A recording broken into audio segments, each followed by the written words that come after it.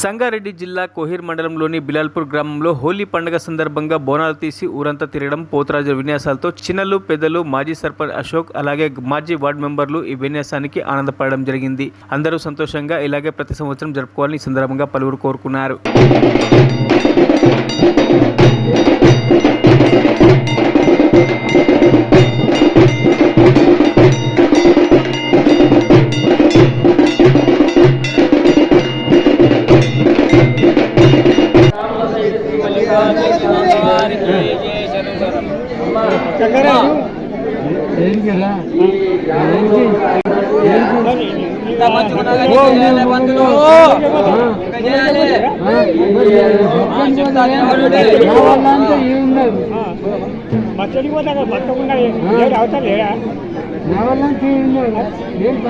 మరిన్ని అప్డేట్స్ కోసం మా ఛానల్ ని సబ్స్క్రైబ్ చేయండి.